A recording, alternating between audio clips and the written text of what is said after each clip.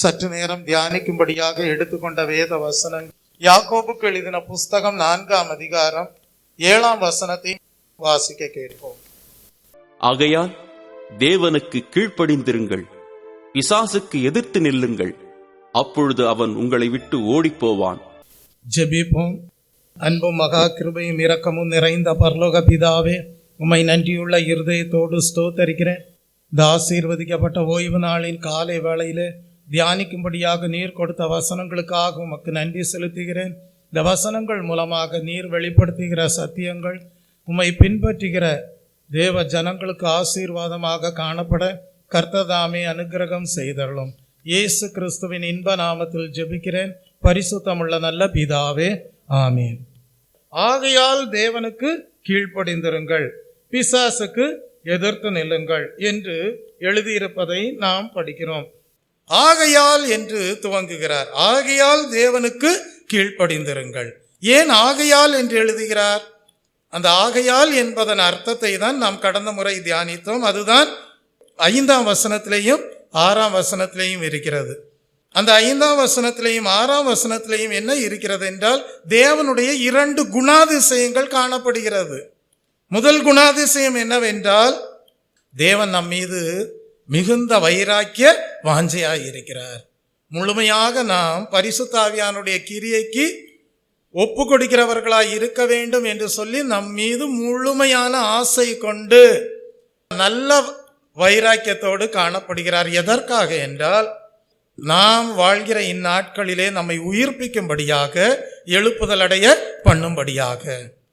எதற்காக வைராக்கிய வாஞ்சியாய் இருக்கிறார் என்றால், மறுமையிலேயும் நாம் புதிய வாழ்விற்கென்று எழுப்புதல் அடைந்து காணப்படும்படியாக நம்மீது முழு ஆசையும் வைத்து வைராக்கிய வாஞ்சியோடு செயல்பட விருப்பமுடையவராக காணப்படுகிறார். அது முதல் குணாதிசயம். 2வது குணாதிசயம் என்ன? அவர் அதிகமான கிருபையை அளிக்கிற தேவனாய் இருக்கிறார். ஆகவே எந்த ஒரு மனிதனும் பாவத்திலே என்ன செய்யக்கூடாது? நிலை நிற்க கூடாது.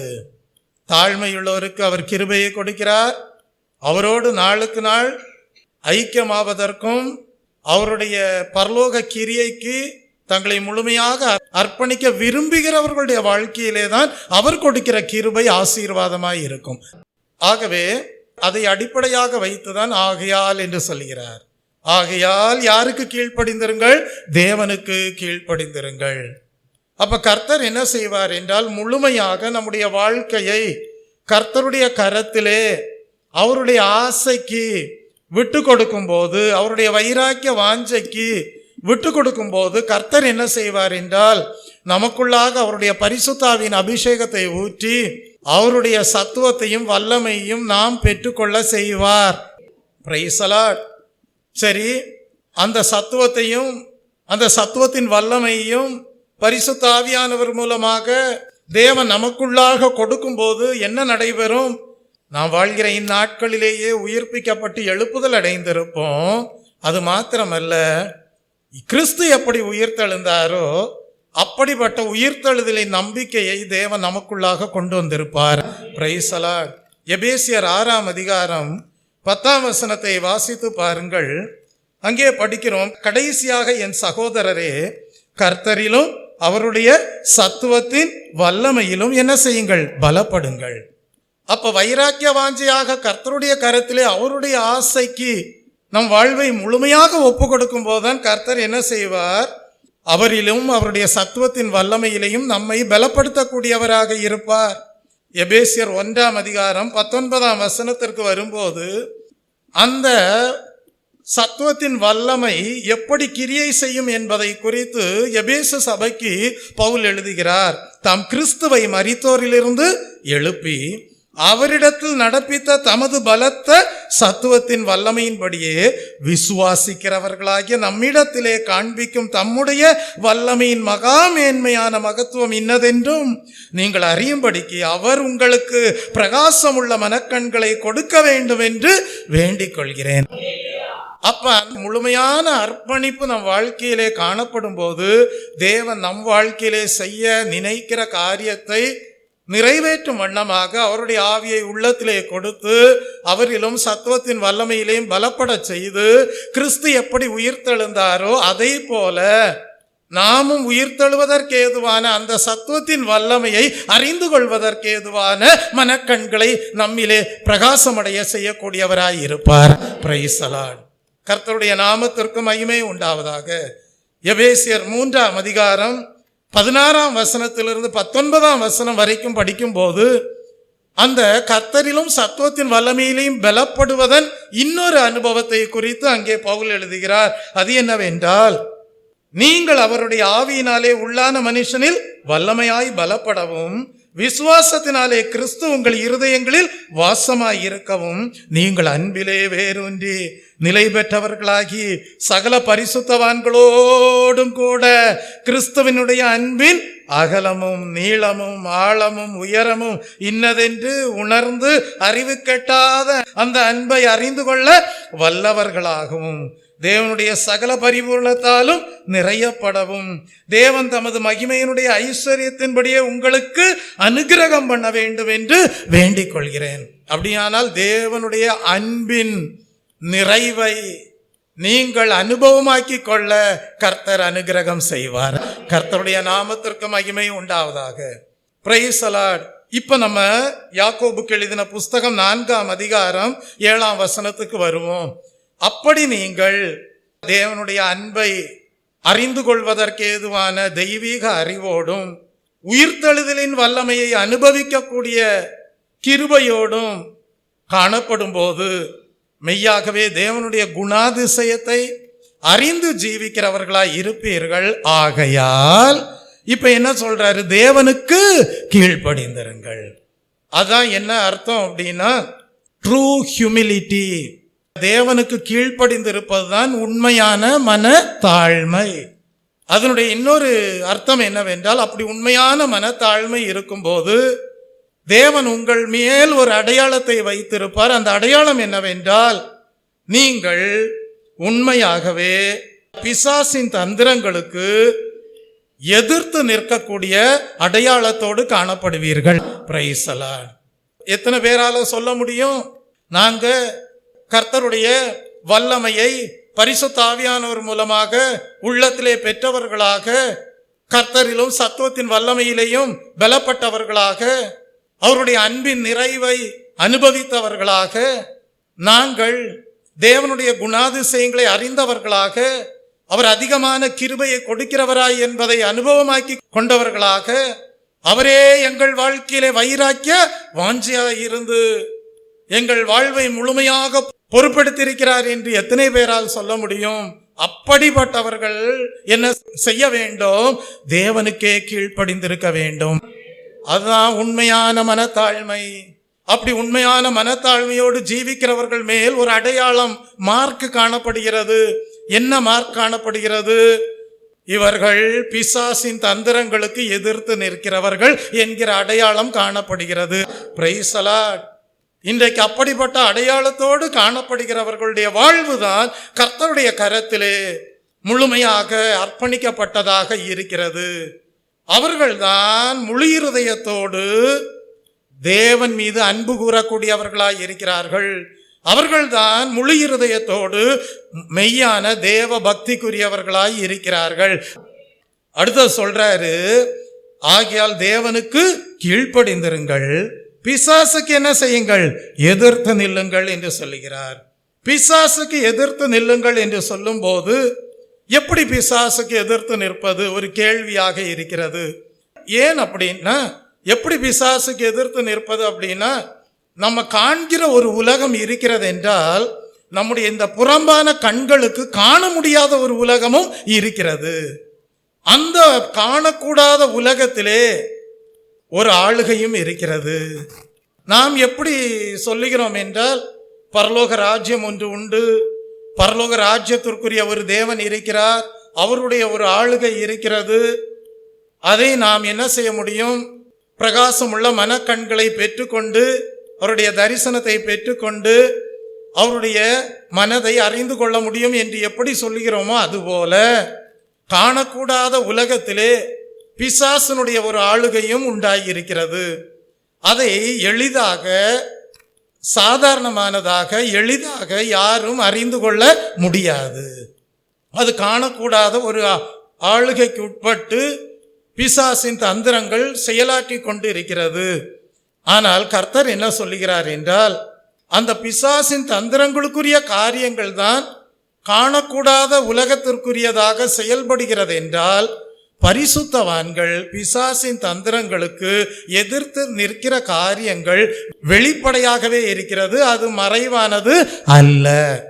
அப்ப நீங்க கேட்கலாம், பிசாசின் தந்திரங்களுக்கு எதிர்த்து நிற்க வேண்டும் என்று தேவன் தம்முடைய பரிசுத்தவான்களுக்கு அறிவுரை கூறியிருக்கிறார் என்றால், அது வெளிப்படையானது என்றால் எப்படி எதிர்த்து நிற்பது என்று ஒரு கேள்வி எழும்புகிறது. அது ஏதோ மாம்சத்தோடும் இரத்தத்தோடும் பண்ணுகிற சண்டை அல்ல. பொதுவாக மாம்சீக பிரகாரமான மனிதர்கள் சண்டையிடும் போது தங்களுடைய மாம்ச புயபலத்தை சார்ந்து சண்டையிடுகிறவர்களாய் இருப்பார்கள். எங்களுக்கு கராத்தே தெரியும், இன்னும் அடிமுறை குஸ்தி தெரியும், இன்னும் பல ஆயுதங்களை வைத்து கொண்டு சண்டையிட தெரியும். அதெல்லாம் மாம்சத்தோடும் இரத்தத்தோடும் பண்ணுகிற சண்டைகளாக இருந்தாலும் அதற்கு பின்னாகவும் பிசாசின் கிரியைகள் காணப்படுகிறது என்றால், பரிசுத்தவான்கள் பிசாசை எதிர்த்து நிற்பது என்பது அப்படி மாம்சத்தோடும் இரத்தத்தோடும் எதிர்த்து நிற்கிற காரியமாக அல்ல. தேவன் வெளிப்படையாக எப்படி எதிர்த்து நிற்க சொல்லுகிறார் என்றால், நீங்கள் அதற்குரிய புதிய ஆடையை தரித்து கொள்ளுங்கள் என்று சொல்கிறார். Praise the Lord. வாசியுங்கள் 2 கொரிந்தியரின் புஸ்தகம் 10ஆம் அதிகாரம் 3 முதல் 5 வசனங்களை வாசியுங்கள். 2 கொரிந்தியரின் புஸ்தகம் 10ஆம் அதிகாரம் 3 முதல் 5 வசனங்கள். நாங்கள் மாம்சத்துக்குரியவர்களாக நடக்கிறவர்களாய் இருந்தோம், மாம்சத்தின்படி போர் செய்கிறவர்கள் அல்ல, மாம்சத்தின்படி போர் செய்கிறவர்கள் அல்ல. எங்களுடைய போராயுதங்கள் மாம்சத்துக்கு ஏற்றவைகளாய் இராமல், மாம்சத்திற்கு ஏற்றவைகளாய் இராமல் அரண்களை நிர்மூலமாக்குகிறதற்கு தேவ பலமுள்ளவைகளாய் இருக்கிறது, தேவ பலமுள்ளவைகளாக இருக்கிறது. Praise the Lord. அப்படின்னா அடுத்த 5ஆம் வசனத்துல சொல்றாரு, அவைகளால் நாங்கள் தர்க்கங்களையும் தேவனை அறிகிற அறிவுக்கு விரோதமாய் எழும்புகிற எல்லா மேட்டிமையும் நிர்மூலமாக்கி எந்த எண்ணத்தையும் கிறிஸ்துவுக்கு கீழ்ப்படிய சிறைப்படுத்துகிறவர்களாய் இருக்கிறோம். Praise the Lord. அப்ப யாராவது உங்கள்கிட்ட கத்தியை எடுத்துட்டு வந்து சண்டைக்கு வந்தா நீங்க உடனே என்ன செஞ்சிடலாம், போலீஸ் ஸ்டேஷனுக்கு ஃபோன் பண்ணிடலாம். யாராவது எங்களுக்கு கராத்தே தெரியும் சொல்லி உங்கள்கிட்ட சண்டைக்கு வந்தா உடனே நீங்க என்ன செஞ்சிடலாம், உங்க பாதுகாப்புக்கு போலீஸ் ஸ்டேஷனுக்கு ஃபோன் பண்ணிடலாம். யாராவது ஆயுதங்களை எடுத்துட்டு வந்து உங்களிடத்துல போரிடும்படி வந்தால் அதற்குரிய அதிகாரங்கள் இருக்கிறது, அவர்களை எதிர்த்து நிற்பதற்கும் உங்களுக்கு ஒத்தாசை பண்ணுவதற்கும். Praise the Lord. ஆனா எந்த இடத்துல அந்த ஆயுதங்கள் உங்களுக்கு வேலை செய்யாது, உதவி செய்ய முடியாது. நீங்க போய் போலீஸ் ஸ்டேஷன்ல போய் ஏதோ ஒரு ஆவி என் மண்டையில போட்டு குழப்பிட்டு இருக்கு, தலை வலிக்குது பிசாசின் ஆவிகளினால, எனக்கு உதவி செய்யுங்க அப்படின்னு சொன்னா அவங்களால உங்களுக்கு என்ன செய்ய முடியாது, உதவி செய்ய முடியாது. ஏதோ சில பிசாசின் ஆவிகளினால எங்களுக்கு நெஞ்சு வலிக்குதுன்னு சொன்னா அவங்களால அதுல உங்களுக்கு என்ன செய்ய முடியாது, உதவி செய்ய முடியாது. எங்க மனதை கெடுக்கக்கூடிய சில பொல்லாத ஆவிகள் எங்களுக்கு எதிராக செயல்படுகிறது, எங்களுக்கு கொஞ்சம் உதவி செய்யுங்க அப்படின்னு சொல்லி இராணுவத்துல இருக்கிறவங்கள்ட்ட போய் கேட்டா அவங்க சொல்லுவாங்க, எங்க ஆயுதங்கள் உங்களுக்கு உதவி செய்யாது அப்படின்னு சொல்லுவாங்க. அதை தான் பவுல் கொரிந்து சபையாருக்கு எழுதுகிறார். நாங்கள் மாம்சத்தோடும் இரத்தத்தோடும் போரிடுகிறவர்கள் அல்ல, நாங்கள் மாம்சத்தில் நடக்கிறவர்களாய் இருந்தாலும், அதாவது இந்த மாம்ச சரீரத்துல தான் நாங்கள் வாழ்கிறவர்களாய் இருந்தாலும் எங்களுடைய போர் எப்படிப்பட்டதல்ல, இராணுவத்துல போரிடுகிறார்களே அப்படிப்பட்ட போர் அல்ல. போலீஸ்காரங்க எப்படி ஒரு மனிதனை இன்னொரு மனிதனுடைய தாக்குதல்களிலிருந்து காப்பாற்றுகிறார்களோ அப்படிப்பட்ட தாக்குதல்களிலிருந்து விடுதலையாகிற காரியம் அல்ல. அதாங்க சொல்றாரு, மாம்சத்தின்படி நாங்கள் போரிடுகிறவர்கள் அல்ல. இல்லாட்டினா உனக்கு கராத்தே தெரியுமா, நானும் கராத்தே போடுறேன் அப்படின்னு சொல்லி நாங்க எதிர்த்து நிற்கிறவர்கள் அல்ல. இது வேற ஒரு விதமான போராட்டம், இது வேற ஒரு விதமான கஷ்டங்கள், உபத்திரவங்கள்.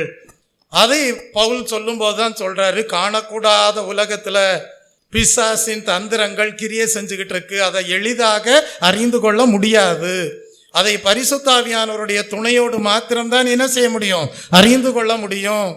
ஆகவே அந்த தந்திரங்கள் முக்கியமாக எங்கே நடைபெறுகிறது என்றால், நம்முடைய மனதை ஒரு பேட்டில் கிரவுண்டாக வைத்து பிசாசு செயல்படுகிறவனாய் இருக்கிறான். நம்முடைய மனதை என்ன செய்கிறான், போராட்ட களமாக வைத்து அவன் என்ன செய்கிறான் என்றால் யுத்தம் பண்ணக்கூடியவனாக இருக்கிறான், போராடக்கூடியவனாக இருக்கிறான். அப்ப அந்த போராட்டத்தில் யார் உங்களுக்கு உதவி செய்ய முடியும்? இராணுவ ஆயுதங்கள் உங்களுக்கு உதவி செய்ய முடியாது. அதனாலதான் இங்க பவுல் சொல்றாரு, நீங்கள் கர்த்தரிலேயும் சத்துவத்தின் வல்லமையிலேயும் என்ன செய்யுங்க, பலப்படுங்க. அவருடைய பரிசுத்தாவியானவர் இருந்தாதான், நீங்கள் ஒரு புதிய ஆடையை தரித்து கொண்டவர்களாக இருந்தால்தான் அந்த பிசாசின் போராட்டங்களை நீங்கள் என்ன செய்ய முடியும், மேற்கொள்ள முடியும். அதைதான் ungodliness, wicked spirit, evil spirit, அவைகளினாலே உண்டாகிற போராட்டங்களை நீங்கள் என்ன செய்ய முடியும், மேற்கொள்ள முடியும். யாருடைய துணையோடு? பரிசுத்தாவியானவருடைய துணையோடு மேற்கொள்ள முடியும் என்று பவுல் அறிவுரை கூறுகிறார். சரி, தேவனுக்கு கீழ்ப்படிந்திருங்கள் அப்படின்னா என்ன அர்த்தம்? உண்மையான தாழ்மையோட இருங்க. அடுத்தது என்ன சொல்றார்? அப்படி உண்மையான தாழ்மையோட இருக்கும்போது நீங்கள் உண்மையான ஒரு அடையாளத்தோடு இருப்பீர்கள். என்ன அடையாளம்? பிசாசுக்கு எதிர்த்து நிற்கிற அடையாளத்தோடு இருப்பீர்கள். சரி, எப்படி எதிர்த்து நிற்பது? அதான் சர்வாயுத வர்க்கத்தை தரித்து கொள்ளுங்கள். புதிய ஆடையை என்ன செய்யுங்கள், தரித்து கொள்ளுங்கள். அந்த புதிய ஆடையை குறித்து எழுதும் போதுதான் எபேசியர் 4ஆம் அதிகாரம் 24ஆம் வசனத்திலே படிக்கிறோம். மெய்யான நீதியிலும் பரிசுத்தத்திலும் தேவனுடைய சாயலாக சிருஷ்டிக்கப்பட்ட புதிய மனுஷனை தரித்துக் கொள்ளுங்கள். என்ன மனுஷனை? புதிய மனுஷனை தரித்துக் கொள்ளுங்கள். கர்த்தர் உங்களுக்கு ஒரு புதிய ஆடையை தருகிறார். அந்த ஆடை எப்படிப்பட்டதாய் இருக்கிறது? உங்களிலே தேவனுடைய நீதி இருக்கிறது, தேவனுடைய பரிசுத்தம் இருக்கிறது என்பதை அடையாளப்படுத்தும்படியான ஒரு ஆடை. Praise the Lord. இப்ப இந்த ஆடைக்குள்ளாக வருகிற ஒரு காரியம்தான் சர்வாயுத வர்க்கம். Praise the Lord. நீங்கள் இராணுவத்திலே இருக்கிறவர்கள் சண்டை போட போகும்போது அதற்குரிய ட்ரெஸ் போட்டுட்டு போவாங்க.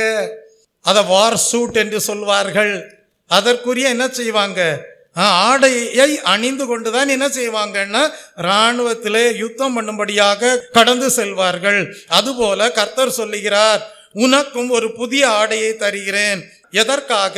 பிசாசின் தந்திரங்களோடு பிசாசின் ஆவிகளோடு போரிடும்படியாக, அதை மேற்கொள்ளும்படியான புதிய ஆடையை தருகிறேன் என்று சொல்லுகிறார். அந்த புதிய ஆடை எப்படிப்பட்டது? தேவனுடைய நீதியும் பரிசுத்தமும் நிறைந்த ஆவிக்குரிய அனுபவத்தை பெற்றுக்கொண்ட ஆடையாய் இருக்கிறது. அந்த ஆடையிலே வருகிற ஒரு காரியம்தான் சர்வாயுத வர்க்கம். Praise the Lord. கர்த்தருடைய நாமத்திற்கு மகிமை உண்டாவதாக. அப்ப தேவன் என்ன செய்கிறார்? தம்முடைய விசுவாச பிள்ளைகளை அவருடைய நோக்கத்திற்கு ஏற்ற வண்ணமாக பயன்படுத்தக்கூடியவராய் இருக்கிறார். Praise the Lord. அப்படி பயன்படுத்தும் போது அவருடைய நோக்கத்தின்படி நீங்கள் பிசாசின் வல்லமைகளை மேற்கொண்டு ஜெயம் எடுத்தவர்களாய் இருப்பீர்கள். அப்பொழுது உங்களை குறித்து சொல்வார்கள், இவனிலே கர்த்தரிலும் சத்துவத்தின் வல்லமையிலேயும் பலன் கொண்ட அனுபவம் காணப்படுகிறது என்பார்கள். கர்த்தருடைய நாமத்திற்கு மகிமை உண்டாவதாக. சரி, இந்த சர்வாயுத வர்க்கம் என்று சொல்லும் போது, புதிய ஆடை என்று சொல்லும் போது என்னென்ன இருக்கு?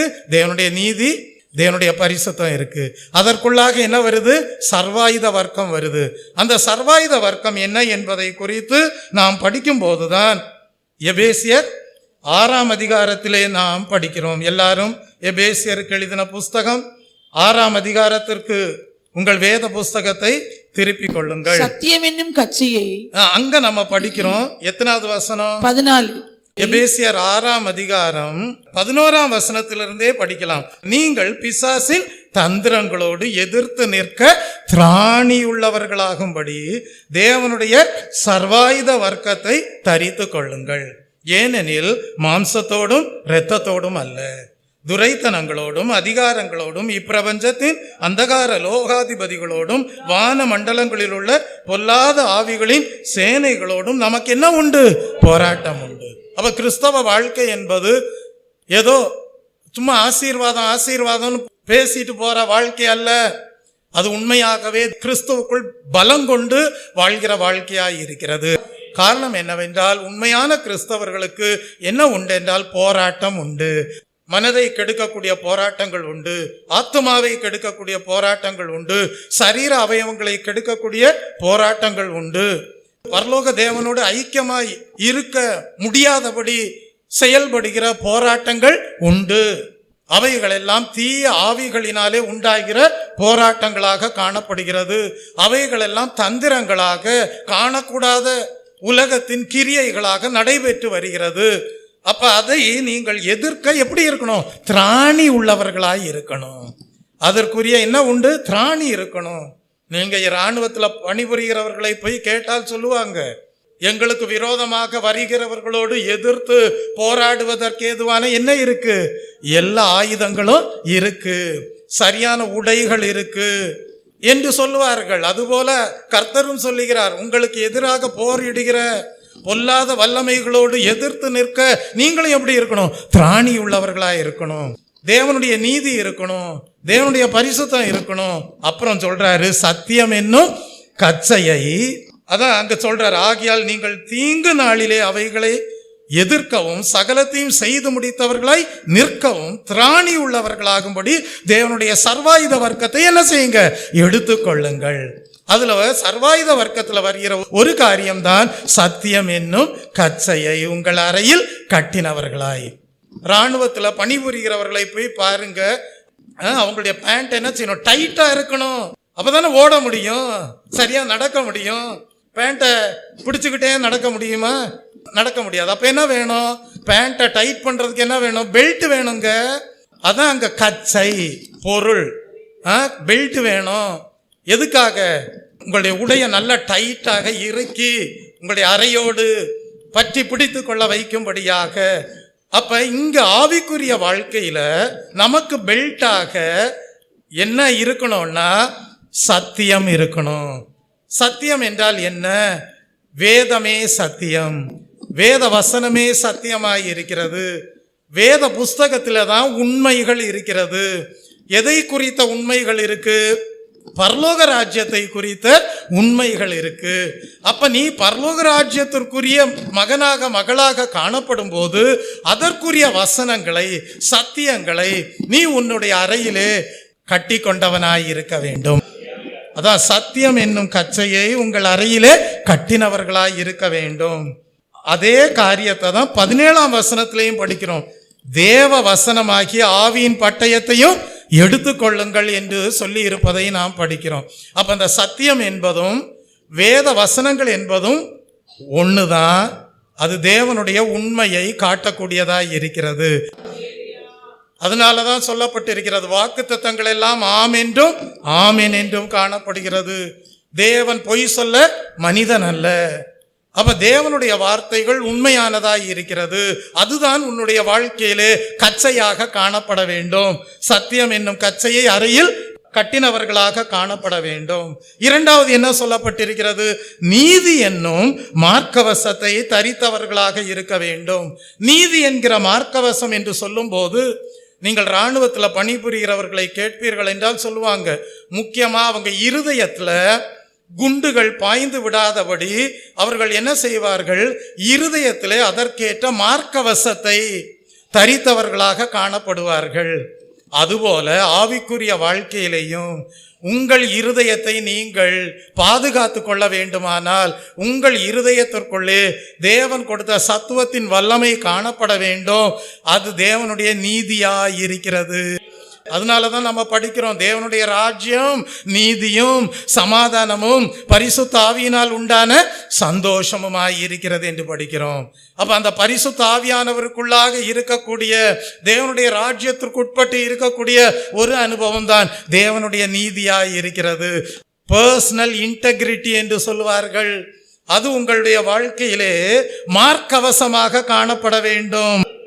அதனாலதான் பவுல் எழுதுவார், ரோமருக்கு எழுதின புஸ்தகம் 6ஆம் அதிகாரம் 13ஆம் வசனத்திலே எழுதுகிறார், நீங்கள் உங்கள் அவயவங்களை அநீதியின் ஆயுதங்களாக பாவத்திற்கு ஒப்புக்கொடாமல் உங்களை மரித்தோரிலிருந்து பிழைத்திருக்கிறவர்களாக தேவனுக்கு ஒப்பு கொடுத்து உங்கள் அவயவங்களை நீதிக்குரிய ஆயுதங்களாக தேவனுக்கு என்ன செய்யுங்கள்?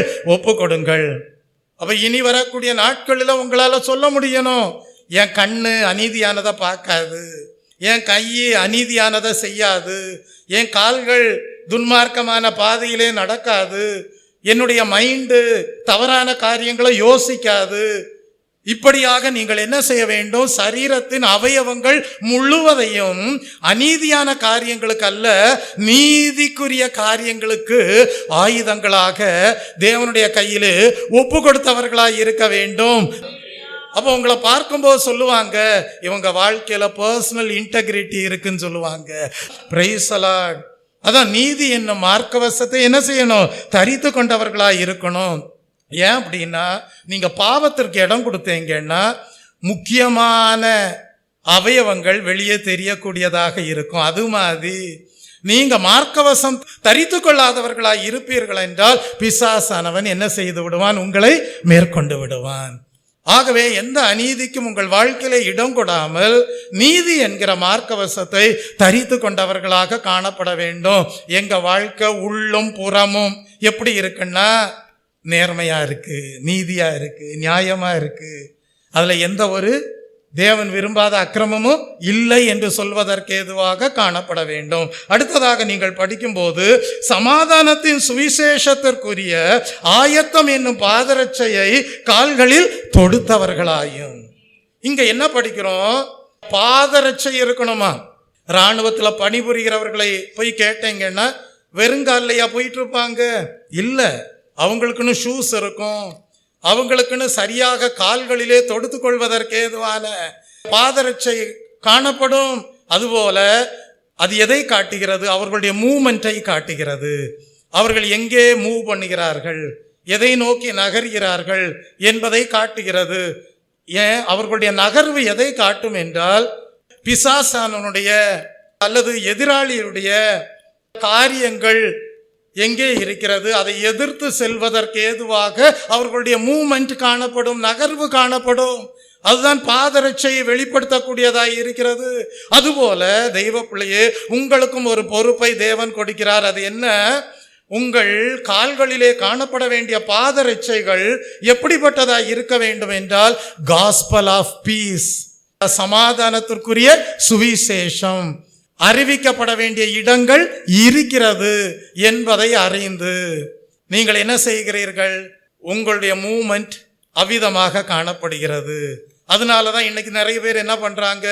அறியாமைக்குள்ளாக இருக்கிற ஜனங்கள் மத்தியிலே தேவனை குறித்து அறிவிக்க வேண்டும் என்று சொல்லி அவர்கள் கிராமங்கள் நோக்கி கடந்து செல்கிறவர்களாய் இருக்கிறார்கள். அதன் மூலமாக நாம் அறிந்து கொள்ளலாம் அவர்களுடைய மூமெண்ட் எங்கே இருக்கிறது, எங்கே அறியாமையை அகற்றுகிறார்கள், எங்கே அறிவின் வெளிச்சத்தை கொண்டு செல்கிறார்கள், பரலோக தேவனை குறித்து எங்கே அறிவிக்கப்பட வேண்டியது அவசியமாய் இருக்கிறது என்பதை சுட்டி காட்டும் வண்ணமாக அவர்களுடைய மூமெண்ட் காணப்படுகிறது. அதுதான் சமாதானம் என்னும் சுவிசேஷத்தின் பாதரட்சையாக காணப்படுகிறது. யோசித்து பாருங்க, நீங்களே நியூஸ்ல படிச்சிருக்கலாம், ஒரு நாட்டிற்கும் இன்னொரு நாட்டிற்கும் சண்டை வரும்போது உடனே என்ன செய்வாங்க? ரெண்டு நாட்டினுடைய பிரதிநிதிகளையும் போய் சமாதானம் பண்ணுவாங்க. முதல்ல என்ன செய்வாங்க? எதுக்கு சண்டை போடுறாங்க? வேண்டாம், நமக்குள்ள என்ன வேண்டாம்? சண்டை வேண்டாம், சமாதானமா போவோம் அப்படின்னு சொல்லுவாங்க. அப்படி சமாதானமா போவோம்னு சொல்லி கேட்காத பட்சத்துல தான் என்ன வரும்? சண்டை வரும். அது மாதிரி தான் சுவிசேஷம் என்பது தேவனை குறித்து, சமாதானத்தை கொடுக்கிற தேவனை குறித்து அறிவிக்கிற மூமெண்ட்டை அந்த பாதரட்சை என்கிற பொருள் காட்டக்கூடியதாக இருக்கிறது. அப்படி நீங்க போய் சுவிசேஷத்தை அறிவிக்கும் போது அதை ஏற்றுக்கொள்கிறவர்கள் தேவனுடைய சமாதானத்தை அடைகிறார்கள். ஏற்றுக்கொள்ளாமல் அதற்கு எதிர்த்து நிற்கிறவர்கள் நியாய தீர்ப்பை அடைகிறவர்களாய் இருப்பார்கள். ஆகவே சமாதானத்தை ஏற்றுக்கொள்வதும் ஏற்றுக்கொள்ளாததும், ஏற்றுக்கொள்ளாததின் அடிப்படையிலேயும் என்ன இருக்கிறது என்றால், அவர்கள் பெற்றுக்கொள்கிற சமாதானமா அல்லது நியாய தீர்ப்பா என்பது காணப்படுகிறது. கர்த்தருடைய நாமத்திற்கு மகிமை உண்டாவதாக.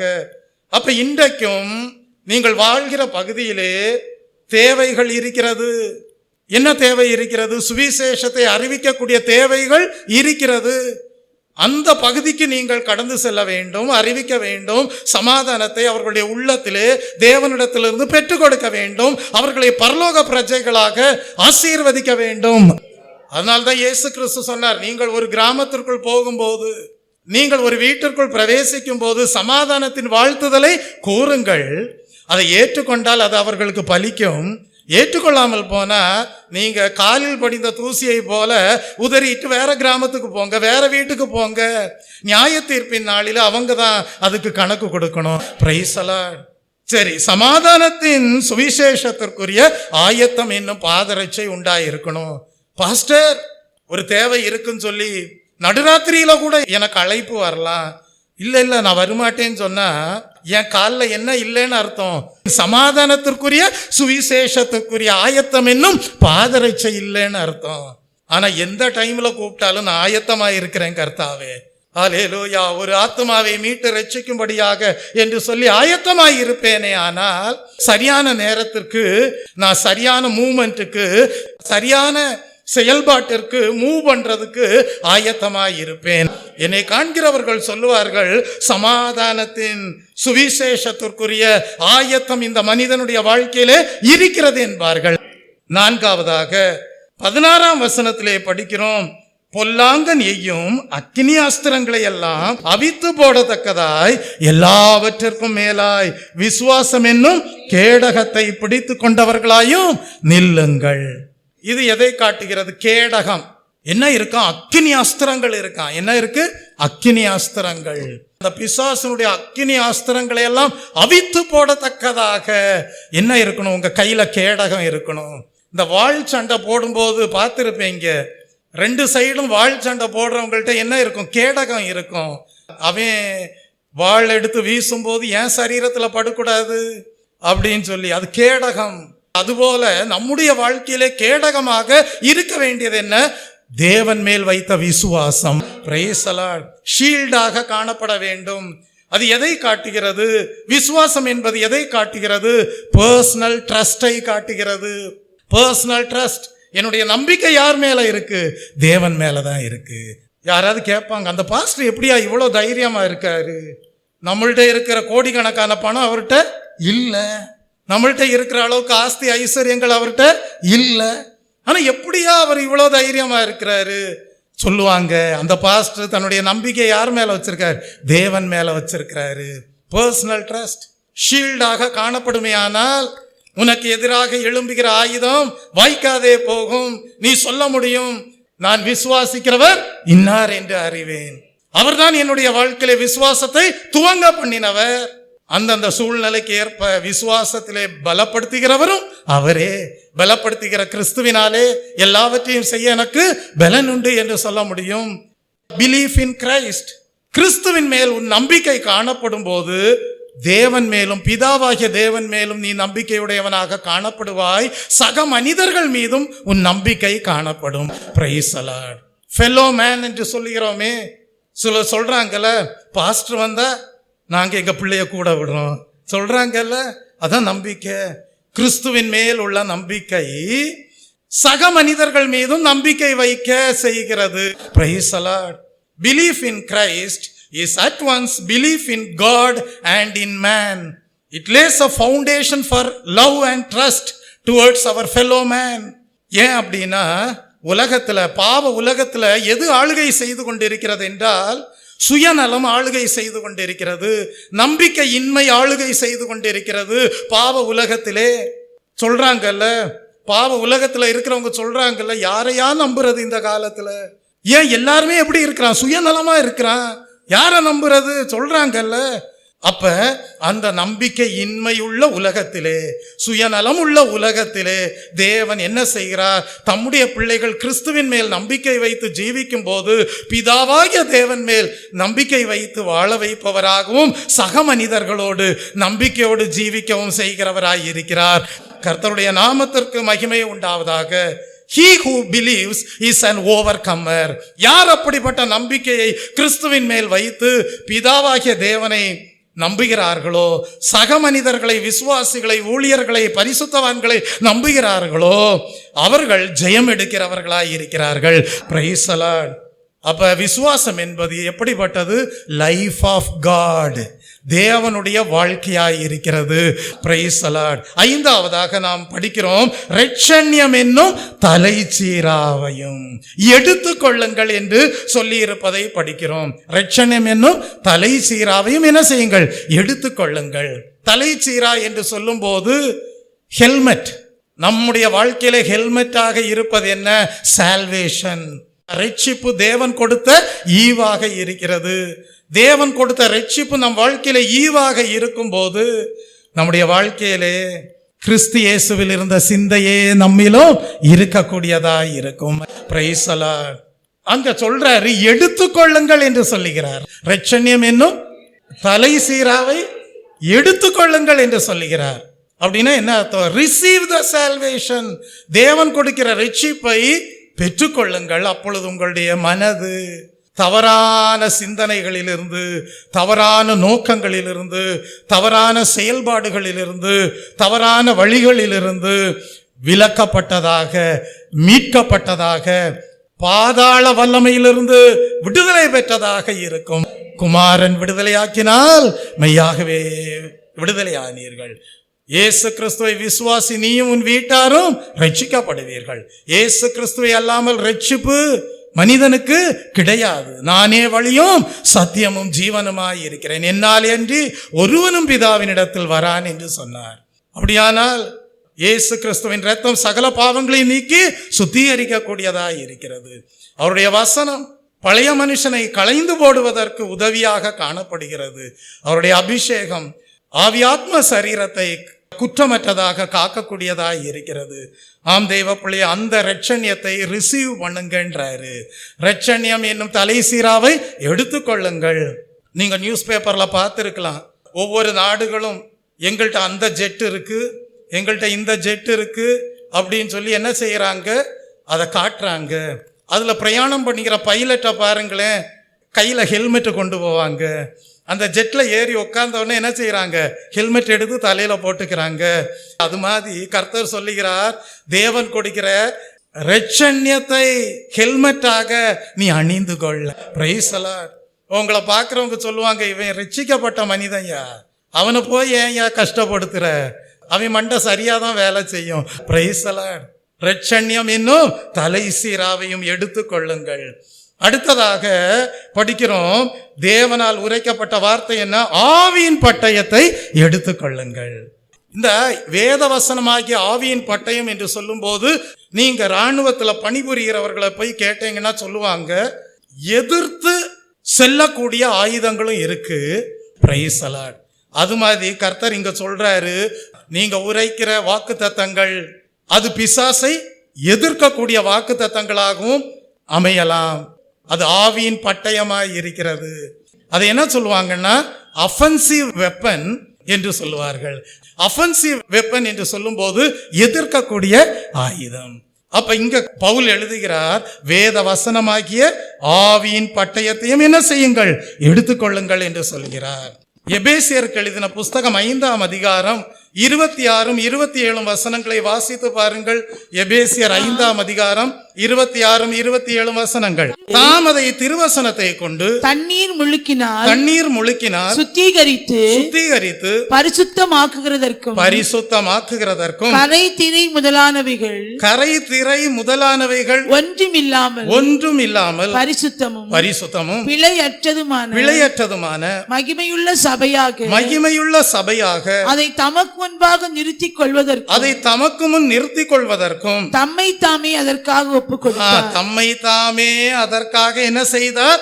ஒப்பு கொடுத்தார் என்று பவுல் கூறுவதை பார்க்கிறோம். அப்படின்னா தேவன் கொடுக்கிற ஆவியின் பட்டயம் திருவசனம் உங்களை எப்படி மாற்றுகிறது? கரை திரை முதலானவை ஒன்றும் இல்லாமல் பரிசுத்தமும் பிழையற்றதுமான மகிமையுள்ள சபையாக மாற்றுகிறதாய் இருக்கிறது. நீங்கள் எபிரேயர் 4ஆம் அதிகாரம் 12ஆம் வசனத்தை வாசியுங்கள். எபிரேயர் 4ஆம் அதிகாரம் 12ஆம் வசனம். அங்கே நீங்கள் படிப்பீர்கள் என்றால், தேவனுடைய வார்த்தையானது ஜீவனும் வல்லமையும் உள்ளதாயும் இருபுறமும் கருக்குள்ள எந்த பட்டயத்திலும் கருக்கானதாயும் ஆத்துமாவையும் ஆவியையும் கணுக்களையும் ஊனையும் பிரிக்கத்தக்கதாக உருவ குத்துகிறதாயும் இருதயத்தின் நினைவுகளையும் யோசனைகளையும் வகையறுக்கிறதாயும் இருக்கிறது. Praise the Lord. அதுதான் அஃபென்சிவ் வெப்பன் என்று சொல்கிறோம். தேவனுடைய வார்த்தை என்ன செய்யும்? எல்லாத்தையும் பிரிச்சு போட்டு ஆராய்ந்து பார். உன் நினைவுகளை ஆராய்ந்து பார், உன் எண்ணங்களை ஆராய்ந்து பார், உன் யோசனைகளை ஆராய்ந்து பார். அதுல ஏதாவது தேவனுக்கு பிரியம் இல்லாதது இருந்தா வேத வசனம் அதற்கு எதிராக செயல்படும். Praise the Lord. கர்த்தருடைய நாமத்திற்கு மகிமை உண்டாவதாக.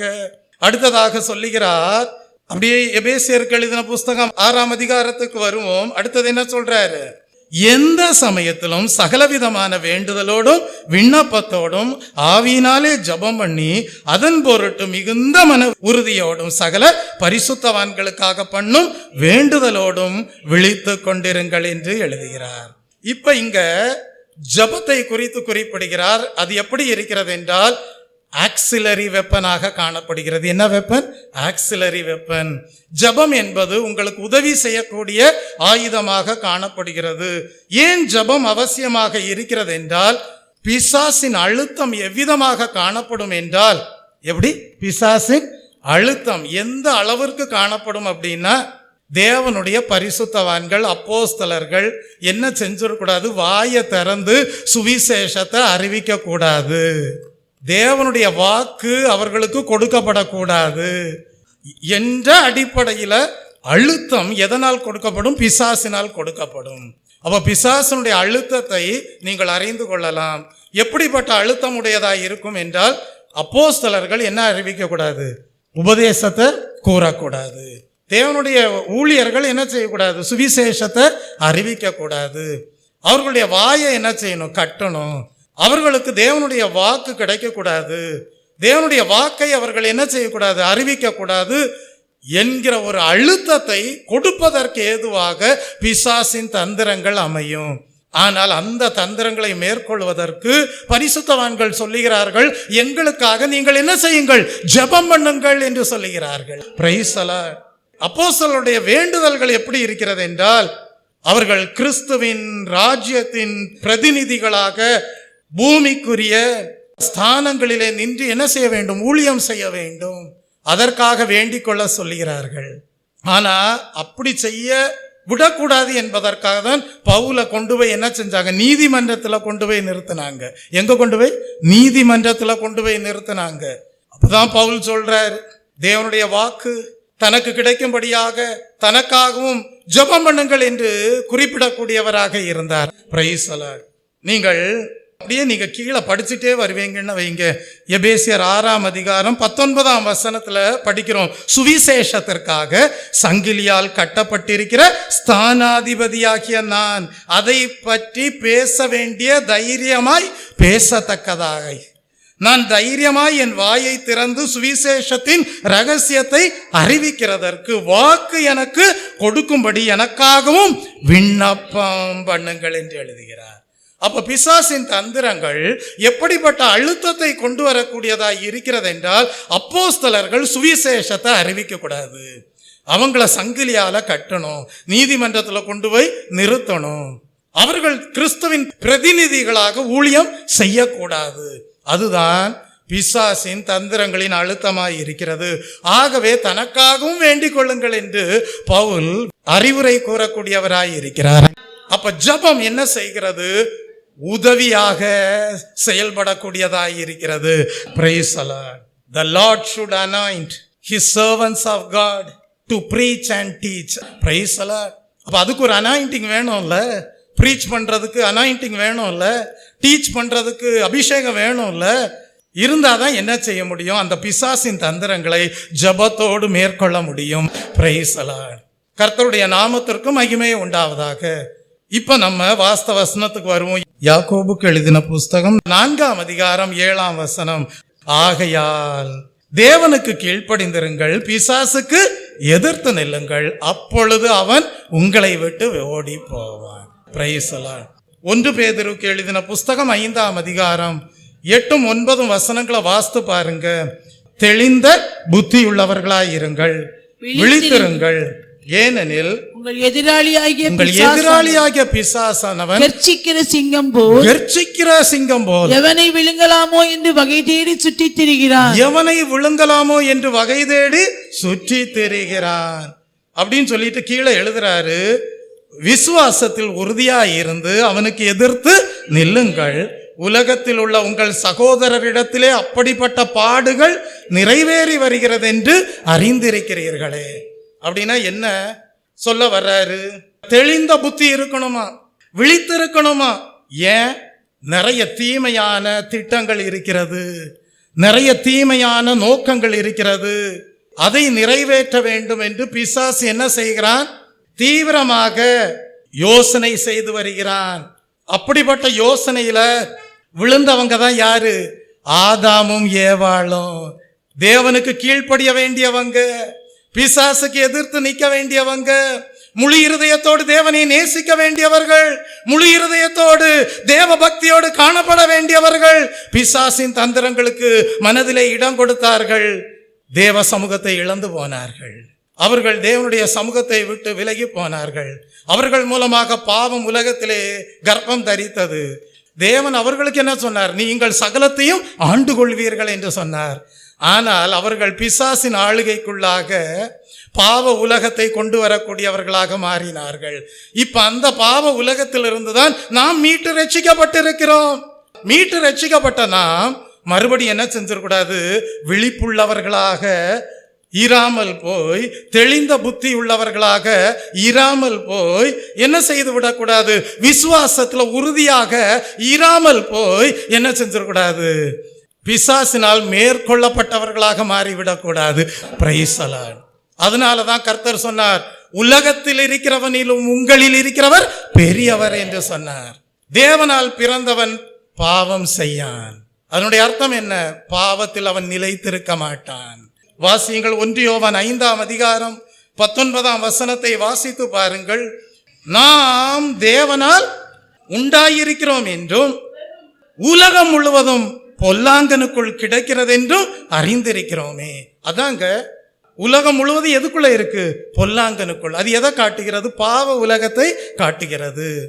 என்றைக்கு ஆதாம் ஏவாள் பாவம் செய்தார்களோ அவர்கள் மூலமாக உண்டான சந்ததிகள் அனைத்தும் பிசாசின் ஆளுகைக்குள்ளாக கடந்து வரக்கூடியதாய் இருந்தது. தேவன் கொடுத்த ஆளுகையை இழந்து போனார்கள், அடிமைத்தனத்திற்குள்ளாக கடந்து சென்றார்கள். அதை தான் அங்கே யோவான் அப்போஸ்தலன் எழுதுகிறார், நாம் தேவனால் உண்டாயிருக்கிறோம் என்றும் உலகம் முழுவதும் எதுல இருக்கு? பொல்லாங்கனுக்குள் கிடைக்கிறது என்றும் அறிந்திருக்கிறோம். இப்பதான் அதே யோவான் அப்போஸ்தலன் 1 யோவான் 4ஆம் அதிகாரம் 4ஆம் வசனத்தில் எழுதுகிறார், பிள்ளைகளே, நீங்கள் தேவனால் உண்டாயிருந்து அவர்களை ஜெயித்தீர்கள், ஏனெனில் உலகத்தில் இருக்கிறவனிலும் உங்களில் இருக்கிறவர் பெரியவர். பிள்ளைகளே என்று அழைக்கிறார். பிள்ளைகளே, நீங்களெல்லாம் தேவனுடைய பிள்ளைகள், நீங்களெல்லாம் பரலோக தேவனாலே ரட்சிப்பை அடைந்தவர்கள், அபிஷேகிக்கப்பட்டவர்கள், கர்த்தருடைய சத்துவத்தையும் வல்லமையும் பெற்றுக்கொண்டவர்கள், புதிய ஆடையை தரித்து கொண்டவர்கள். சர்வாயுத வர்க்கம் உங்களிடத்தில் உண்டு, தேவனுடைய நீதி உங்களிலே உண்டு, தேவனுடைய பரிசுத்தம் உங்களிலே உண்டு. ஒரு தலபலவே பாவ உலகம் பிசாசின் தந்திரங்கள் உங்களை மேற்கொள்ள முடியாது. Praise the Lord. ஏனென்றால் பாவ உலகத்தில் இருக்கிறவனிலும் உங்களுக்குள் இருக்கிறவர் பெரியவர். அந்த ஆதாம் ஏவாள் எப்படி தெளிந்த புத்தியை இழந்து போனார்களோ அப்படி நீங்களும் தெளிந்த புத்தியை என்ன செய்து விடக்கூடாது? இழந்து போய் விடக்கூடாது. B clear minded and self controlled. தேவன் நமக்கு கொடுக்கக்கூடிய ஆவி எப்படிப்பட்டது? பயப்படும் ஆவியை கொடுக்காமல் பலமும் அன்பும் தெளிந்த புத்தியும் உள்ள ஆவியை கொடுக்கிறவராக காணப்படுகிறார். பிசாசானவன் எப்படிப்பட்டவன்? கொலைபாதகனாக காணப்படுகிறான். அவன் பொய்க்கு பிதாவாகிய தேவனாக காணப்படுகிறான். யோவான் 8ஆம் அதிகாரம் 44ஆம் வசனத்திலே படிக்கிறோம், அவனிடத்திலே என்ன இல்லை? சத்தியம் இல்லை. யோவான் 8ஆம் அதிகாரம் 44ஆம் வசனம், நீங்கள் உங்கள் பிதாவாகிய பிசாசானவனால் உண்டானவர்கள், உங்கள் பிதாவின் இச்சைகளின்படி எல்லாம் செய்ய மனதாய் இருக்கிறீர்கள். அவன் ஆதி முதற்கொண்டு மனுஷ கொலைபாதகனாய் இருக்கிறான். சத்தியம் அவனிடத்திலே இல்லை. இராதபடியால் அவன் சத்தியத்திலே நிலை நிற்கவில்லை. அவன் பொய்யனும் பொய்க்கு பிதாவாகிய தேவனுமாய் இருக்கிறான். பிசாசினிடத்துல என்ன கிடையாது? பரலோக ராஜ்யத்திற்குரிய எந்த சத்தியமும் கிடையாது. ஆகவே தேவ பிள்ளைகளே, ரட்சிக்கப்பட்டவர்களே, அபிஷேகம் பெற்றவர்களே, உங்களுக்கும் என்ன உண்டு? போராட்டம் உண்டு. அந்த போராட்டத்துல நீங்க இப்படிப்பட்ட புதிய ஆடையை தரித்து கொண்டு சரியாக ஜெபித்து சரியாக வேத வசனம் என்னும் ஆவியின் பட்டயத்தை பிடித்து பிசாசை மேற்கொள்கிறவர்களாய் இருக்க வேண்டும்.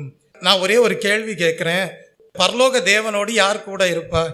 நம்ம சொல்லுவோம் இயேசு கிறிஸ்து வலது பாசத்துல வீட்டு இருப்பார், பரிசுத்த ஆவியானவர் இருப்பார், பரிசுத்த தூதர்கள் இருப்பாங்க, பரிசுத்தவான்கள் இருப்பாங்க அப்படின்னு எல்லாம் சொல்றோம். ஆனா இன்னொரு ஆங்கிள் பார்க்கும்போது தேவன் எங்க செயல்படுறாரோ அந்த இடத்துல பிசாசும் வந்து நிற்பான். நீங்க அதற்கு திருஷ்டாந்தமாக வேத புஸ்தகத்திலே அநேக சத்தியங்களை படிக்கலாம். யோபுவின் புஸ்தகத்துல படிக்கலாம், 1ஆம் அதிகாரத்துல படிக்கலாம். அதே போல நீங்கள் தானியேலுக்கு எழுதின தீர்க்க தரிசன புஸ்தகத்திலே நீங்கள் படிக்கலாம். அங்கெல்லாம் பார்த்தீங்கன்னா தேவனுடைய செயல்பாடு எங்க இருக்கோ அங்க பிசாசானவனும் வந்து நிற்பான். தெய்வ பிள்ளையே, அப்படி ஆனால் நம்ம என்ன செய்யணும்னா, நம்ம இடர பண்ணுவதற்கு எப்பொழுது வேண்டுமானாலும் என்ன செய்வான்? பிசாசானவன் கிரியை செய்வான் என்பதை நாம் அறிந்து உணர்ந்து என்ன செய்யணும்?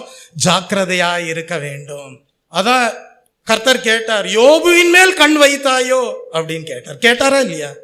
எங்கிருந்து வருகிறாயின்னு கர்த்தர் சாத்தானை பார்த்து கேட்டபோது சாத்தான் என்ன சொன்னான்? நான் பூமி எங்கும் சுற்றி நடந்து விட்டு எங்க வந்து நிற்கிறேன்? தேவன் இருக்கிற தேவ சமூகத்துல வந்து நிற்கிறேன் என்று சொன்னான். அப்ப யோபுவோடு கர்த்தர் இருந்தார். கர்த்தருடைய செயல்பாடு யோபுனுடைய வாழ்க்கையிலே காணப்படுகிறது, பாதுகாப்பு காணப்படுகிறது, செயல்கள் காணப்படுகிறது. ஆனால் அங்கதான் யாருக்கும் வேலை இருக்கு? பிசாசுக்கும் வேலை இருக்கு. அப்ப நம்ம தான் என்ன செய்யணும்னா, தெளிந்த புத்தி உள்ளவர்களாய் இருந்து விழித்திருந்து விசுவாசத்துல எப்படி இருக்கணும்? உறுதியாய் இருந்து, எங்க ஆதாம் ஏவாளோடு தேவனுக்கு வேலை இருக்கோ அங்கதான் யாரும் வந்து நின்றது? பிசாசானவனும் வந்து நின்றான். தேவனுடைய வேலை எங்க இருக்கோ அங்கதான் பிசாசும் வந்து நிற்கிறான். ஏதேன் தோட்டத்திலும் அந்த வேலை தான் நடந்தது, யோபுனுடைய வாழ்க்கையிலையும் அந்த வேலை தான் நடந்தது. அதே போலதான் தானியேல் தீர்க்க தரிசன புஸ்தகத்திலையும் நீங்கள் படிக்கலாம். தெய்வ பிள்ளையே, அதே மாதிரிதான் ஒரு இடத்துல யோசுவா என்கிற பிரதான ஆசாரியனுக்கு விரோதமாக பிசாசானவன் வந்து நின்றான். ஏன்னா யோசுவா யாரு? ஆசாரியர்களுக்கெல்லாம் ஒரு பிரதிநிதியாக காணப்படுகிறவர் யோசுவா. அங்கதான் கர்த்தருடைய வேலை இருக்கு. அங்கதான் பிசாசம் வந்து குற்றம் சாட்டும்படியாக நிற்கிறான். ஆனால் அவனுடைய குற்றச்சாட்டுகள் பொய்யானது என்பதை விளங்க பண்ணும்படியாக தான் கர்த்தர் சொன்னார், அவனக்கினியிலிருந்து தப்புவிக்கப்பட்ட கொள்ளி அல்லவா என்று சொல்லி அவனுடைய சரீரத்தில் இருந்த அழுக்கு வஸ்திரத்தை எடுத்து போட்டு புதிய வஸ்திரத்தை கொடுத்து ஆசீர்வதிப்பதை நாம் படிக்கிறோம். தெளிந்த புத்தி உள்ளவர்களாயிருங்கள், விழித்திருங்கள், விசுவாசத்தில் உறுதியாயிருங்கள். பிசாசுக்கு என்ன செய்யுங்கள்? எதிர்த்து நில்லுங்கள். ஏனென்றால் உலகத்தில் உள்ள உங்கள் சகோதரரிடத்திலும் அப்படிப்பட்ட பாடுகள் என்ன செய்து நிறைவேறி வருகிறது. அதனுடைய அர்த்தம் என்னங்க? ஒரு ஆறுதல் கிடைக்குது. என்ன ஆறுதல் அப்படின்னா, ஒரு சபைக்கு இருக்கிற பாடுகள் தான் எல்லா சபைக்கும் இருக்கிற பாடுகள். ஒரு சபைக்கு இருக்கிற உபத்திரவம் தான் எல்லா சபைகளுக்கும் இருக்கிற உபத்திரவங்களாக இருக்கிறது. அதான் அங்க சொல்றாரு, உலகத்தில் உள்ள உங்கள் சகோதரரிடத்திலே அப்படியே பாடுகள் நிறைவேறி வருகிறது என்று அறிந்து கொள்ளுங்கள் என்று சொல்லுகிறார். அப்படின்னா என்ன அர்த்தம்?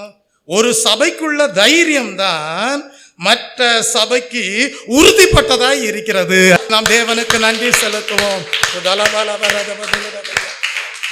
ஹல்லேலூயா, பிரைஸ் தி லார்ட். எழும்பி நிற்போமா? ஜீவியத்தை ஒப்பு கொடுப்போமா? கிறிஸ்தவ வாழ்க்கை என்பது ஏதோ போராட்டம் இல்லாத வாழ்க்கை அல்ல. அதனாலதான் பவுல் கடைசியில சொல்றார், நல்ல போராட்டத்தை போராடினேன், விசுவாசத்தை காத்து கொண்டேன், நீதியின் கிரீடம் எனக்காக வைக்கப்பட்டிருக்கிறது என்று சொன்னார்.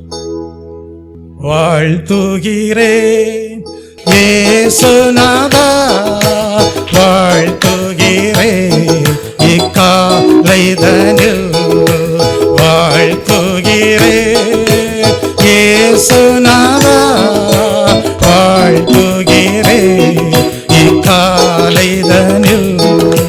பாவமிதோ அணுகாம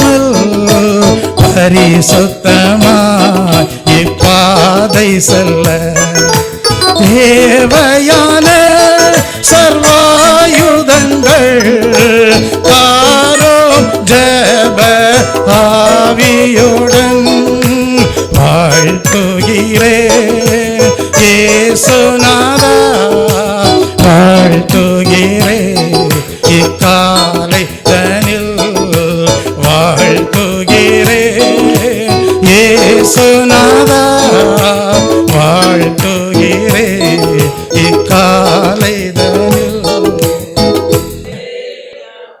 ஆகையால் தேவனுக்கு கீழ்ப்படிந்திருங்கள், பிசாசுக்கு எதிர்த்து நில்லுங்கள், அப்பொழுது அவன் உங்களை விட்டு ஓடி போவான். அதி சீக்கிரத்திலே நீங்கும் லேசான உபத்திரவமாக பிசாசினுடைய கிரியைகளை நீங்கள் மேற்கொண்டு ஜெயம் எடுத்திருப்பீர்கள்.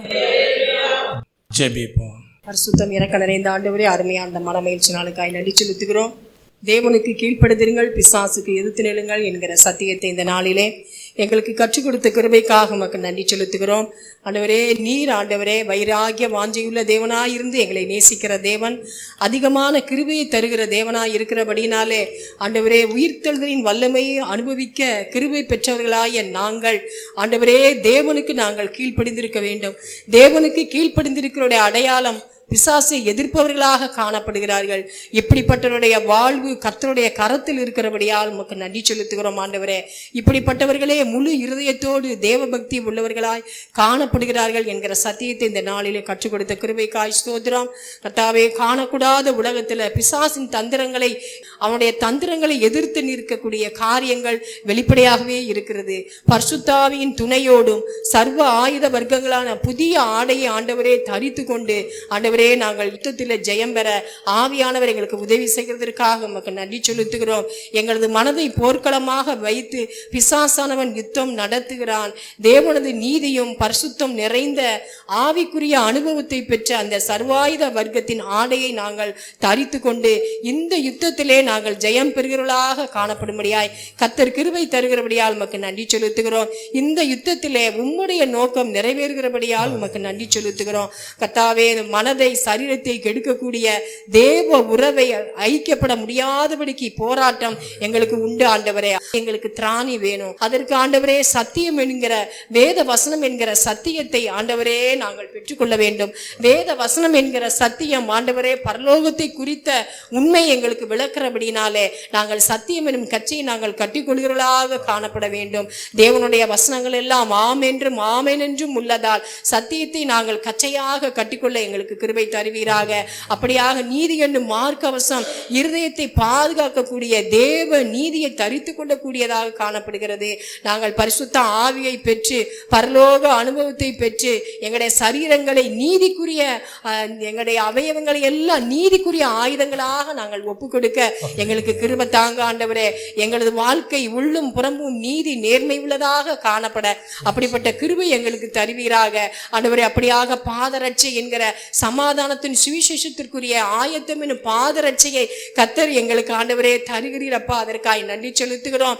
எங்களை ஆண்டவரே இந்த உலகத்திலிருந்து வேறு பிரித்து ரட்சித்து உம்முடைய பரிசுத்த இரத்தத்தினாலே கழுவி உம்முடைய சுத்தத்துக்காக எங்களை இந்த பூமியில வைத்திருக்கீங்க. ஆண்டவரே, எங்களது அடுத்த செயல்பாடுகள் எங்களுடைய நகர்வுகள் எல்லாம் ஆண்டவரே எப்படிப்பட்டதா இருக்கிறது என்று எங்களை கண்காணிக்கிறீர். ஆண்டவரே, ஆண்டவரே எதிராளியான காரியங்களை எல்லாம் ஆண்டவரே நோக்கி ஆண்டவரே எங்களுடைய நகர்வு இருக்கணும் அப்பா. இந்த பூமியில அறியாம இருள வாழ்கிற ஜனங்களுக்கு ஆண்டவரே சமாதானத்தின் சுவிசேஷத்தை அறிவிப்பதற்கு நாங்கள் ஆண்டவரே ஒவ்வொரு அடியும் நாங்கள் செயல்படுகிறவர்களாக எங்களுடைய நகர்வு அப்படித்தான் இருக்கணும். ஆண்டவரே, எங்களுடைய நகர்வு ஆண்டவரே உலகத்தின் காரியங்களை குறித்து அல்ல, அறியாமையில் இருக்கிற ஜனங்களை எல்லாம் சுவிசேஷ ஒளியை அனுப்பி அவர்கள் எல்லாம் மீட்கப்பட வேண்டும் என்பதே எங்களுடைய நகர்வாக காணப்பட வேண்டும். எங்களுடைய செயல்பாடுகள் அப்படியே காணப்பட வேண்டும். ஆண்டவரே, அப்படிப்பட்ட கிருபை தர வேண்டுமாய் செபிக்கிறோம். ஆண்டவரே, அப்படியாக ஆண்டவரே விசுவாசம் என்னும் கேடகத்தை ஆண்டவரே தகப்பனே நாங்கள் பிடித்து கொள்ள வேண்டும் அப்பா. எங்களது நம்பிக்கை எல்லாம் தேவன் மேலே வைத்திருக்க வேண்டும். ஆண்டவரே அப்பா, எங்களுக்கு வருகிற அந்தந்த சூழலில விசுவாசத்தை துவக்குகிறவரும் விசுவாசத்தை முடிக்கிறவரும் எங்களுக்கு பலப்படுத்துகிறவர் நீரே. ஆண்டவரே, பொல்லாத யுத்த களத்தில் ஆண்டவரே அப்பா விசுவாசம் என கேடகத்தை பிடித்து கொண்டு எங்களுடைய நம்பிக்கை எல்லாம் உண்மையில வைத்து கொண்டு ஜெயம் எடுக்க எங்களுக்கு கிருபை தாங்கப்பா.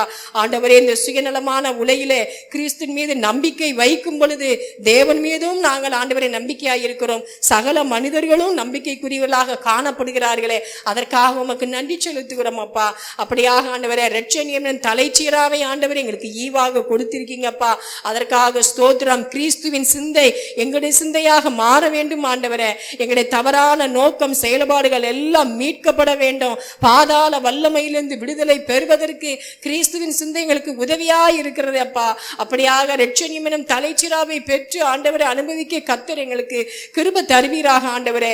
வேத வசனமாய ஆவியின் பட்டயத்தை கர்த்தர் எங்களுக்கு தருகிறீரே, அதற்காக உமக்கு நன்றி அப்பா.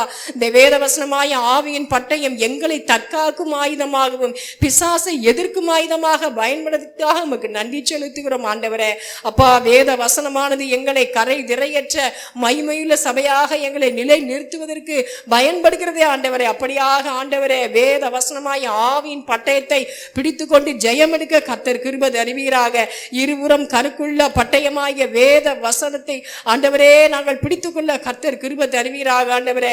அப்படியாக ஜெபமாய தற்காப்பு எனும் ஆயுதத்தை கர்த்தர் எங்களுக்கு தந்திருக்கீங்களேப்பா, அதற்காக உமக்கு நன்றி செலுத்துகிறோம் ஆண்டவரே. தேவனுடைய வாக்கு பிள்ளைகளுக்கு கிடைக்க கூடாது, சுவிசேஷம் அறிவிக்க கூடாது, ஊழியக்காரருடைய வாயை கட்ட வேண்டும் என்று என்ற அழுத்தம் ஆண்டவரே ஏற்படுகிறது. ஊழியர்களுக்கும் விசுவாசிகளுக்கும் பலவிதமான அழுத்தங்களை கொடுத்து சுவிசேஷம் அறிவிக்க முடியாத காணப்படுகிற இந்த தடைகள் பிசாசின் தந்திரங்களை எல்லாம் நிர்மூலமாக்க ஜெபம் எங்களுக்கு பயனுள்ளதாக அமைகிறது. அப்படியாக ஜெபம் என்கிற ஆயுதத்தை எங்களுக்கு தருகிறபடியால் நமக்கு நன்றி செலுத்துகிறோம் ஐயா. பவுலும் கூட தனக்கு தேவ வாக்கு கிடைக்கும்படியாக ஜெபித்துக் கொள்ளுங்கள் என்று சொன்னது போல இந்த நாட்களில் ஆண்டவரே சபையாய நாங்கள் விசுவாசிகளும் ஊழியர்களும் ஒருவரை ஒருவர் தற்காத்துக் கொள்ள ஒருவரோடு ஒருவர் நாங்கள் பரிசுத்தத்தில் நிலைத்திருக்க ஜெபம் என்கிற ஆயுதங்களுக்கு அவசியமாக இருக்கிறது. ஒருவருக்காக ஒருவர் நாங்கள் ஜெபித்துக் கொள்ளக்கூடிய இந்த ஆயுதத்தை எங்களுக்கு கொடுத்திருக்கிறபடியால் நன்றி செலுத்துகிறோம். அப்படியாக ஆண்டவரே எங்களிடம் முற்பிதாக்களாய ஆதாம் ஏவாள் அவர்கள் தெளிந்த புத்தி இல்லாமல் இருந்து ஆண்டவரே, விழிப்புள்ளவர்களா இல்லாமல் இருந்து, விசுவாசத்தில் உறுதி இல்லாதவர்களா இருந்த ஆண்டவரே அப்பா, பாவத்திற்கு அடிமையானபடினாலே அதன் நிமித்தமாக உலகத்துல பாவம் சாபம் மரணம் வந்து பொல்லாங்கனுக்குள் கிடக்கிற நிலைமையாகி விட்டதே ஆண்டவரே. அப்படியாக நாங்கள் எங்கள் முற்பிதாக்களை போல அல்லாமல் ஆண்டவரே நாங்கள் விசுவாசத்தில் உறுதி உள்ளவர்களாகவும் தெளிந்த புத்தி உள்ளவர்களாகவும் விழிப்புள்ளவர்களாகவும் காணப்பட்டு உம்முடைய சித்தத்தை ஆண்டவரே இந்த பூமியில நிறைவேற்ற ஆண்டவரே நாங்களும் ஆண்டவரே பரிசுத்தம் அடைந்து நித்திய ஜீவனுக்கு ஏதுவாக பிழைத்துக் கொள்ளவும் மற்றவர்களை ஆண்டவரே நாங்கள் ஆண்டவரே பிழைக்க வைக்கவும் ஆண்டவரே கர்த்தர் எங்களுக்கு கிருபை தந்தபடியால் நன்றி செலுத்துகிறோம் ஆண்டவரே. இந்த சர்வாயுத வர்க்கத்தினுடைய எல்லா ரகசியங்களையும் கர்த்தர் இந்த நாளிலே வெளிப்படுத்தின கிருபைகளுக்காய் ஸ்தோத்திரம். இந்த வசனத்துக்கு எங்கள் சபையாரை ஒப்பு கொடுக்கிறோம் ஆண்டவரே. நாங்கள் ஆண்டவரே அப்பா பிசாசின் தந்திரங்களை எல்லாம் அறிந்து ஆண்டவரே யுத்த வீரர்களாக ஆண்டவரே ஜெயம் எடுக்கிறவர்களாக எங்கள் சபை காணப்பட கர்த்தர் அப்படிப்பட்ட கிருபை வரங்களை எங்கள் ஒவ்வொருவருக்கும் தருவீராக ஆண்டவரே. அப்பா அந்த ஆழமான மறைவரை வெளிப்படுத்தின எங்கள் போதகருக்காய் நன்றி செலுத்துகிறோம். கர்த்தரவரை ஆசீர்வதித்து இன்னும் அநேகருக்கு பிரயோஜனம் உள்ள பாத்திரமாக கர்த்தரவரை ஆசீர்வதிக்கும்படி அவனை கரங்கள்ல ஒப்பு கொடுக்கிறோம். உமக்கு நன்றி செலுத்துகிறோம். இயேசுவின் நாமத்தில் ஜெபம் கேளு ஜீவன்ல நல்ல பிதாவே ஆமென். கர்த்தர் ஜெபத்தை கேட்ட தயவுக்காக தேவனை ஸ்தோத்தரிப்போம். ஸ்தோத்திரம் ஸ்தோத்திரம் ஸ்தோத்திரம். என் ஆத்துமாவே கர்த்தரை ஸ்தோத்தரி, என் முழு உள்ளமே பரிசுத்த நாமத்தை ஸ்தோத்தரி. என் ஆத்துமாவே கர்த்தரை ஸ்தோத்தரி, அவர் செய்த சகல உபகாரங்களையும் மறவாதே. ஆமீன். நம்முடைய கர்த்தராகிய இயேசு கிறிஸ்துவுடைய கிருபையும் பிதாவாகிய தேவனுடைய அன்பும் பரிசுத்த ஆவியானவருடைய அந்யோன்ய ஐக்கியமும் சமாதானமும் சந்தோஷமும் இன்றும் என்றும் சதா காலங்களிலும் நம் அனைவரோடும் நம்முடைய குடும்பங்களோடும் சபையாரோடும் இருப்பதாக. ஆமீன். ஜீவிக்கிறார் இயேசு ஜீவிக்கிறார், என்னுள்ளத்தில் அவர் ஜீவிக்கிறார். துன்பத்தில் என்னல் துணையவரே, என்றென்றும் ஜீவிக்கிறார். ஜீவிக்கிறார் இயேசு ஜீவிக்கிறார், என்னுள்ளத்தில் அவர் ஜீவிக்கிறார். துன்பத்தில் என்னல் துணையவரே, என்றென்றும் ஜீவிக்கிறார்.